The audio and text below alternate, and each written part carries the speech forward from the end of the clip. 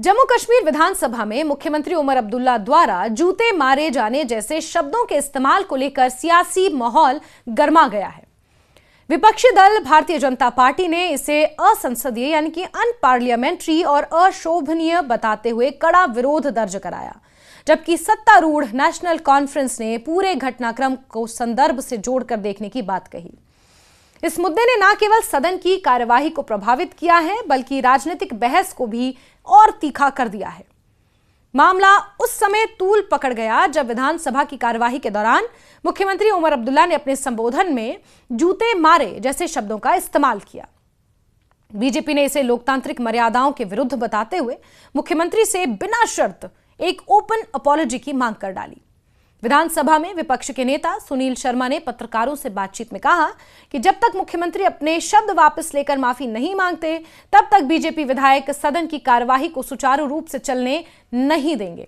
बीते कल भी इस बयान के बाद यही हुआ और आज भी विधानसभा की कार्यवाही में इसी तरह का हंगामा, बहस और नोकझोंक देखने को मिली।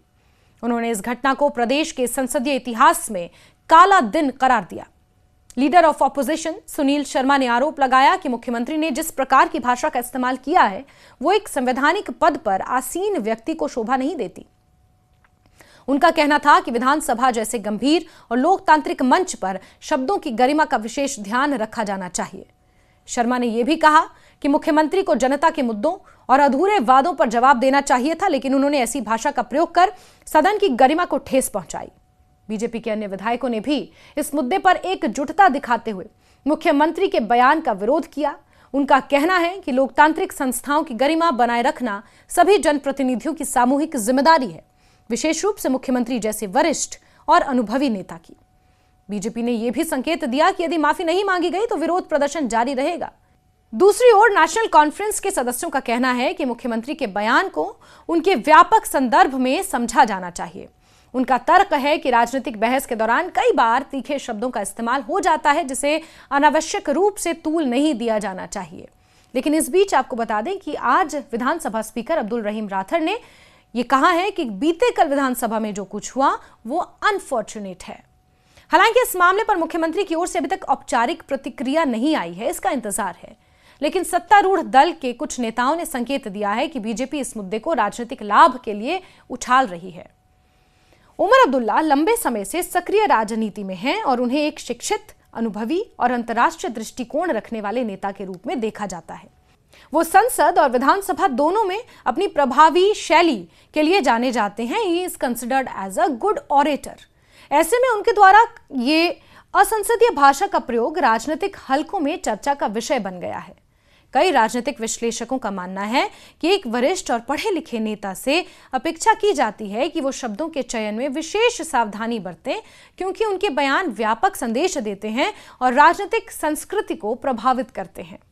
राजनीतिक पर्यवेक्षकों का यह भी कहना है कि इस विवाद ने बीजेपी को सरकार पर हमला करने का एक अवसर प्रदान किया है।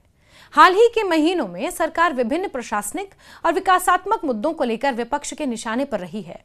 ऐसे में भाषा के इस विवाद ने विपक्ष को सरकार की कार्यशैली और नेतृत्व शैली पर सवाल उठाने का अतिरिक्त आधार दे दिया है। बीजेपी ने इसे केवल एक शब्द का मुद्दा नहीं, बल्कि लोकतांत्रिक मर्यादाओं और राजनीतिक संस्कारों से जोड़कर पेश किया है। विधानसभा की कार्यवाही पर इस विवाद का सीधा असर पड़ रहा है। हंगामे और नारेबाजी के बीच सदन की कार्यवाही बाधित हुई है।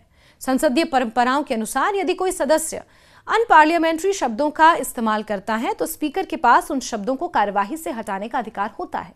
ऐसे मामलों में स्पष्टीकरण या खेद प्रकट करने से विवाद शांत हो जाते हैं, लेकिन जब मामला राजनीतिक टकराव का रूप ले लेता है तो स्थिति और ज्यादा जटिल हो जाती है।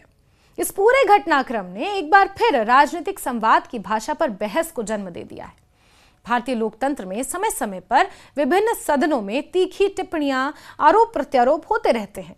हालांकि संसदीय परंपराएं इस बात पर जोर देती हैं कि व्यक्तिगत टिप्पणी यानी कि पर्सनल कमेंट्स, अपमानजनक शब्द या हिंसात्मक संकेत यानी कि किसी तरह के वायलेंस के इंडिकेशंस देने वाली भाषा से बचा जाए। विशेषज्ञों का मानना है कि लोकतांत्रिक संस्थाओं की साख केवल नीतिगत फैसलों से नहीं, बल्कि संवाद की शैली से भी तय होती है। बीजेपी द्वारा बुधवार को भी विरोध जारी रखने की घोषणा से यह संकेत मिलता है कि यह मुद्दा फिलहाल थमने वाला नहीं है। यदि मुख्यमंत्री की ओर से कोई स्पष्ट बयान या स्पष्टीकरण आता है तो स्थिति शायद बदल सकती है। राजनीतिक हलकों में यह चर्चा भी है कि कई बार सदन के भीतर कही गई बातों को राजनीतिक रणनीति के तहत बाहर अधिक तीखे रूप में प्रस्तुत किया जाता है, जिससे जनमत प्रभावित हो सके।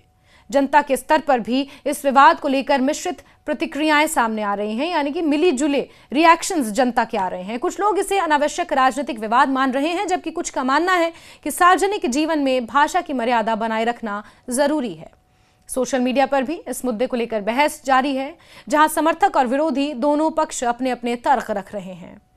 लास्ट में यह विवाद केवल एक शब्द के प्रयोग तक सीमित नहीं रह गया है, बल्कि यह राजनीतिक आचरण, संसदीय परंपराओं, सार्वजनिक जीवन में संवाद की गुणवत्ता पर व्यापक चर्चा का विषय बन गया है। एक और बीजेपी इसे सरकार की कथित संवेदनहीनता और अहंकार से जोड़ रही है, वहीं सत्तारूढ़ दल इसे राजनीतिक रंग दिए जाने का आरोप लगा रहा है।